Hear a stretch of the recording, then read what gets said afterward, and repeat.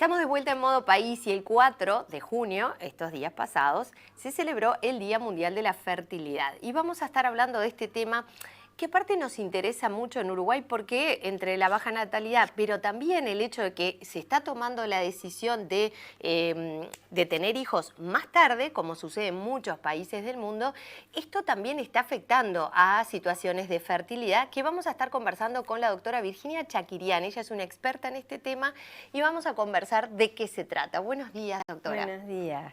Un gusto recibirte y empecemos explicando ¿a qué nos referimos con infertilidad? Nosotros en medicina reproductiva, en Uruguay sobre todo, tenemos dos palabras que a veces se mezclan y cuando uno lee textos de otros países que son traducidos también se mezcla un poquito.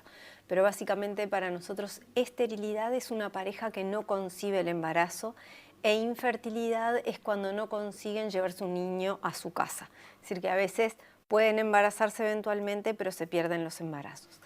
Globalmente, cuando hablamos de infertilidad, es un poquito de todo y son, en definitiva, quienes quieren tener hijos y no lo consiguen. Perfecto. ¿Qué tiempo es en el que se estima que una pareja o una persona esté intentando quedar embarazada y no lo logra? ¿Hay un periodo en el que uno dice, bueno, en este tiempo ya se puede diagnosticar como infertilidad? La mayoría de la gente lo que tiene es una cosa que nosotros decimos es subfertilidad. Ajá. Es que no están todos los astros alineados como para conseguir el embarazo y entonces cuesta más. Lo que pasa es que a medida que pasa el tiempo y tenemos más años, después se hace más difícil solo producto de la edad. Entonces, en general las recomendaciones son antes de los 35 años en las personas que no tienen antecedentes de riesgo, por ejemplo, que no tuvieron cirugías de ovario, que no tienen diagnósticos de endometriosis, que no tuvieron quimioterapia, radioterapia, tumores, yo qué sé, distintas cosas que sabemos que de por sí pueden afectar a la fertilidad y que menstruan regularmente, hasta un año está bien esperar. Después del año ya se recomienda consultar. Y cuando la mujer tiene 35 años o más, o alguno de los otros factores, se puede consultar luego de 6 meses. Perfecto, bien clarito.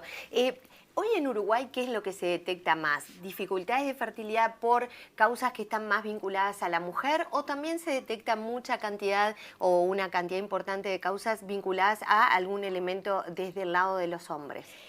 No tenemos, lamentablemente, de momento estadísticas propias del Uruguay. Ajá. Y es cierto que mucho depende de las condiciones de los lugares donde trabajemos, las causas que podemos ver como más frecuentes. En determinados niveles, por ejemplo, claramente incide el hecho que las mujeres posponen porque estudian, porque viajan, porque trabajan, porque desarrollan una carrera profesional. Entonces ahí el peso de la edad de la mujer ya de por sí es una condicionante. Pero a nivel internacional se dice que en el mundo hay un 30% de las parejas que la causa mayor es femenina, un 30% la causa mayor es masculina y un 30% es mixta. Y después tenemos un 10% más o menos que no encontramos en los estudios básicos una causa, pero el embarazo no se da y necesitan ayuda igual y los ayudamos, por supuesto, no es que los devolvemos a casa y le decimos, bueno, muchachos, suerte. Claro, si no tenemos ni idea de lo que les pasa, arréglense. Exacto, no aparece en los estudios de base, pero evidentemente sucede. Entonces tratamos de ayudarlos igual. Y el concepto importante de eso es que si miramos de las causas que podemos encontrar, hay un 60% que incide la mujer y un 60% el hombre, con el 30% ese que se superpone. Entonces hay que estudiarlos los dos desde el vamos. Eso de que uno se estudia y si no me da nada, después se arranca el otro. Eso me parece fundamental, porque cuántas veces históricamente se puso el énfasis en la mujer, ¿verdad? Y se dejaba el tema del hombre casi como una cuestión que era como una excepción. No. Y hoy sabemos que es importante el estudio los dos, a la vez. Claro, los dos en paralelo. ¿Qué tipo de estudios se hacen justamente para tener una idea general de por dónde se aborda? Hay estudios que evalúan la parte hormonal de la mujer, que estudian la reserva de óvulos, que ven cómo funciona el ciclo ovulatorio. Hay ecografías para ver la parte anatómica, exudados para ver la parte de bacterias, estudios para mirar si las trompas están permeables y si la cavidad uterina está bien. Eso es del lado de la mujer. En el caso del hombre se empieza por el espermograma, Y si el espermograma no es perfecto, la recomendación es repetirlo a los 3 meses. Por eso es importante empezar desde el vamos, porque a la mujer en un par de ciclos capaz que ya la tenemos estudiada, por lo menos lo básico.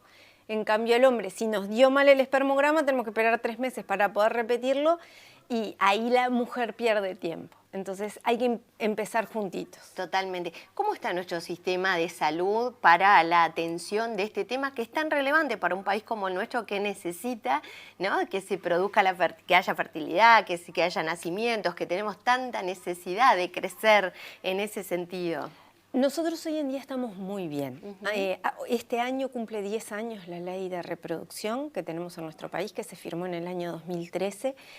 Y esa ley lo que cambió fue que hizo reconocer a la esterilidad o la infertilidad como un problema de salud con derecho a las consultas, a los estudios para asistir y a los tratamientos, que antes de eso no teníamos. Eso entonces dependía un poquito de la institución y la buena voluntad de la institución que se diera la asistencia correspondiente. Desde entonces los pacientes tienen que tener en cualquiera de las instituciones que se asistan, tienen que tener un referente en reproducción, alguien que los pueda estudiar, que les pueda hacer los diagnósticos.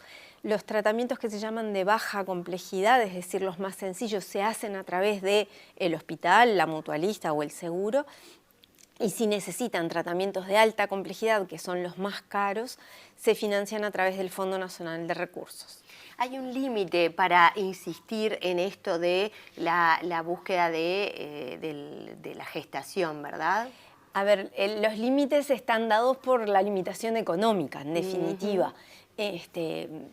La mutualista cubre, o el hospital o lo que sea, son 3 intentos de cada una de las técnicas de baja complejidad, después si no se pasa fecundación in vitro, y dentro de las que cubre el Fondo Nacional de Recursos se cubren hasta 3 intentos de alta complejidad.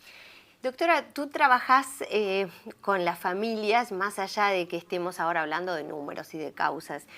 ¿Cómo se vive en una pareja esta búsqueda de procrear, de tener una familia, sea en el contexto que sea, ¿verdad? Incluso cuando una mujer es sola y decide tener familia, ¿no?, y decide tener hijos y decide quedar embarazada. ¿Cómo se vive todo esto cuando hay esta situación de posible incapacidad para lograrlo? No es fácil, ¿no? Además estamos educados desde chicos para cuidado, que si te miran fijo mucho te embarazás. Entonces tenemos miedo a embarazarnos y vivimos también en un mundo en que todo es muy programado. Entonces hago, como yo digo en broma, el business plan de la vida y voy poniendo en cada etapa lo que me toca. Entonces, claro, el día que queremos y no podemos genera mucho dolor. Y por eso es importante, dentro de los equipos de reproducción que hay en todas las instituciones, tiene que haber psicología para acompañar las etapas que uno va pasando y digamos, cada uno lo vive como puede y hay gente que lo vive diferente, pero sí, sin duda, es difícil. Es difícil y hay mucha incertidumbre, porque si a uno le dijeran intentás muchas veces y a la número 17 te vas a quedar embarazada, decís, bueno, dale que es tarde y hasta que llegue a la 17, pero uno nunca sabe. Pero la verdad es que más allá del momento puntual, cuando uno lo está viviendo, que uno tiene esa sensación de a cada intento como que es un precipicio, si no es esta nunca me voy a quedar embarazada. Nosotros que acompañamos mucha gente y vamos viendo los resultados, y hay gente que le costó más y hay gente que le costó menos, yo les digo siempre en chiste, esto es como la facultad. Hay gente que se apunta, da todas las materias y un día se recibe y lo hace en el mínimo tiempo posible, y hay otros que les da mucho más trabajo, pero si uno pone tesón, trabaja y se esmera, se llega, con más o menos dificultades, y cuando uno mira para atrás se llega. Eso te iba a preguntar, digamos, el ratio de éxito en el sentido de lograr el embarazo, ¿es alto? Lo que pasa es que la fertilidad natural de por sí es bajita. Cada mes, nosotros, eso que yo te digo, que nos enseñan como que en un mes tengo un 50% de chance de embarazo. No, la gente, digamos, normalmente en su casa, los que son jóvenes, los que no tienen problemas de fertilidad, cada mes de repente tienen un 15% como mucho de chance de embarazarse. Y después de los 30 años de la mujer eso baja al galope. ¿tá? Eso es importante. Después de los 30 años... Un poquito va bajando y de los 35 es que se cae. acentúa la pendiente. Por eso es que decimos lo de los 6 meses para consultar después de los 35 años. Entonces, claro, un mes hago un tratamiento y es el tiro de ese mes, no es para toda la vida el resultado. Lo que pasa es que lo vamos viviendo a veces como muy estresante, sintiendo que si no se me da en este mes nunca va a pasar. Entonces, las tasas de embarazo, por ejemplo, de las inseminaciones, hasta los 35 años de la mujer, capaz que son 12 a 15% cada intento. Y la fecundación in vitro tampoco tiene tasas supersónicas. Entonces, a veces hay que intentar varias veces. Y no quiere decir que porque una vez no funcionó, nunca va a pasar. Totalmente. La reserva ovárica, esto de óvulos, perdón, es muy usada en nuestro país. A ver, hoy por las chicas más jóvenes. El concepto de reserva ovárica, ojo, porque el concepto de reserva ovárica es en una mujer a la que yo voy a estimular, cuánto más que lo que haría en un ciclo espontáneo, que es decir, ovular uno solo, voy a poder conseguir que ella ovule. No nos dice si esa señora se puede embarazar en su casa, ni cuán fácil o difícil. No me dice soy fértil. El diagnóstico de fertilidad lo hago cuando una señora se lleva el niño para su casa. Claro. Antes, todo lo otro es etéreo. Y cuando vienen a hacerse los estudios de reserva ovárica pensando que si me dan bien ya está, soy fértil y estoy curada, no es así.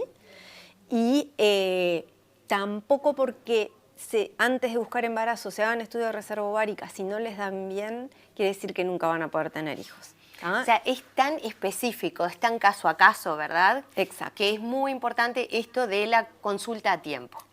Lo más importante es cuando uno, así como planifica su vida, programa un montón de cosas, tener presente que nadie tiene patente de que se puede embarazar, nadie tiene asegurado nada y que a veces puede dar trabajo. No es busco el embarazo a los 33 porque me cae bien en mi programa a los 34. Ni ningún tratamiento es perfecto, ni nada garantiza tampoco el resultado. Entonces,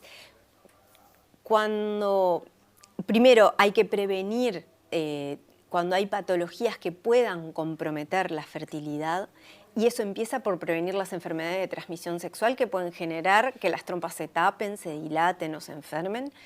Y de ahí en adelante la salud, tener el peso bien, comer equilibrado, hacer ejercicio, o sea, la salud global general de las personas, y eso corre para los dos, iba a decir, para hombres y mujeres, exactamente. Y después no diferir, entre comillas, porque sí. Si yo tengo mi marido, tenemos un deseo de hacer nuestra vida juntos, de formar una familia. Si está en el plan, no dejarlo para más adelante. No patearlo para adelante. Durante esta semana van a estar con una serie de encuentros online gratuitos de acceso para todos, donde van a abordar distintos temas. ¿Dónde nos podemos informar sobre estas charlas que van a estar dando? En la página de la Sociedad Uruguaya de Reproducción Humana, que es www.surh.org.uy.